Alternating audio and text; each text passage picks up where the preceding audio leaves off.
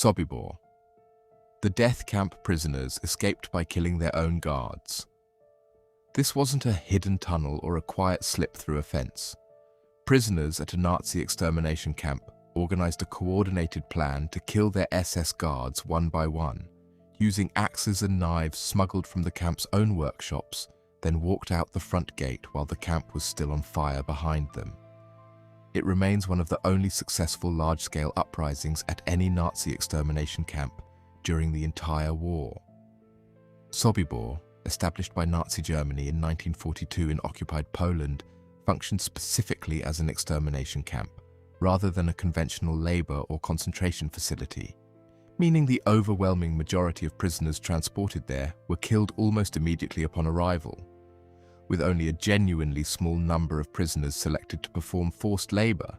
maintaining the camp's operations kept alive for any extended period. Prisoners who therefore possessed direct personal knowledge that their own eventual deaths remained simply a matter of time regardless of their continued cooperation. By late 1943, a group of these surviving forced laborers, including a considerable number of Soviet Jewish prisoners of war who had been captured following Germany's invasion of the Soviet Union and who possessed genuine direct prior military training and combat experience, began organizing a coordinated escape plan, a genuinely remarkable undertaking given the camp's extensive security measures and the severe immediate consequences any discovered resistance would predictably produce, both for the individuals directly involved and, given the Nazi practice of collective punishment, potentially for the broader remaining prisoner population as well. The plan's specific leadership included Alexander Pechersky, a Soviet Jewish army officer, whose direct military training and experience proved genuinely significant to the escape's eventual planning and coordination, working alongside Leon Feldhendler,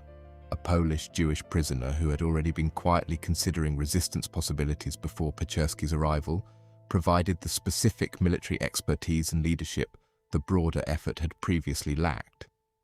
The escape plan's actual execution, carried out on October 14, 1943, involved a genuinely calculated, coordinated effort to individually lure specific SS guards to isolated locations within the camp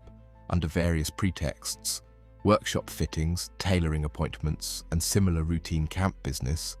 where prisoners waiting in ambush killed each guard individually using axes, knives, and other improvised weapons. A systematic, sequential elimination of the camp's specific guard leadership carried out with genuinely remarkable coordination across a compressed time frame, specifically intended to eliminate as many of the camp's most senior, experienced guards as possible before the broader camp's remaining security forces became aware anything unusual was actually occurring. This systematic elimination proceeded successfully for a significant portion of the escape's planned timeline, with prisoners managing to kill a considerable number of SS officers and guards before the plan's progress was eventually discovered by remaining camp personnel,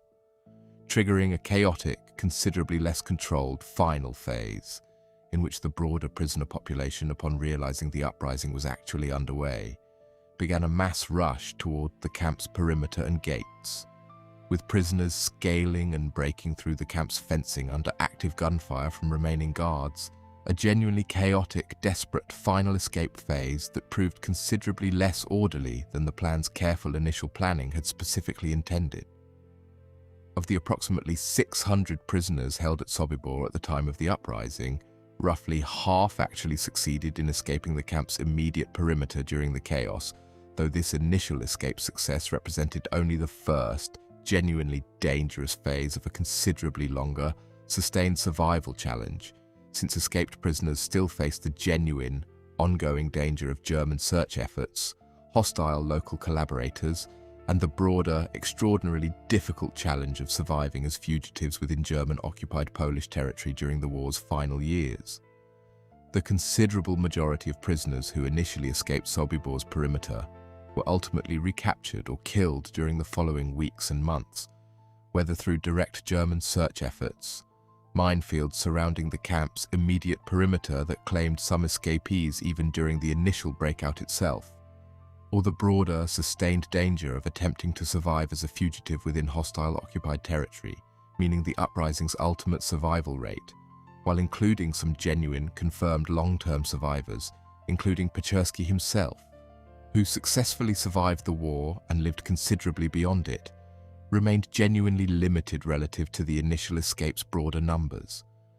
The uprising's broader significance extended directly beyond its own specific, limited survival outcomes, since the camp's German administration, having lost effective operational control during the uprising and its chaotic aftermath, made the formal decision to close Sobibor entirely rather than attempt to continue its operations, demolishing the camp's remaining physical structures and specifically planting trees across the site's grounds in a genuinely deliberate attempt to conceal the location's actual former purpose and physically erase direct evidence of its function, meaning the uprising definitively ended the camp's ongoing operation as an active extermination facility considerably earlier than the broader war's eventual conclusion would otherwise have required. What makes the Sobibor uprising endure as one of history's most significant acts of organized resistance isn't simply the genuine tactical achievement the coordinated guard eliminations actually represented, remarkable as that specific planning and execution genuinely remains, but the fact that prisoners facing certain near-immediate death regardless of their actions chose to mount genuinely organized, deliberate resistance rather than passive acceptance, an uprising that, even accounting for its ultimately limited long-term survival numbers, succeeded in its most immediate practical objective, permanently ending one specific Nazi extermination camp's operational capacity months before the broader war's actual conclusion would have otherwise accomplished the same result. If stories like this, where prisoners facing certain death chose to fight back anyway, and that fight actually succeeded in shutting down the very facility built to kill them, are exactly what you come here for, subscribe to the grave details, because history holds more stories like this than most people will ever know.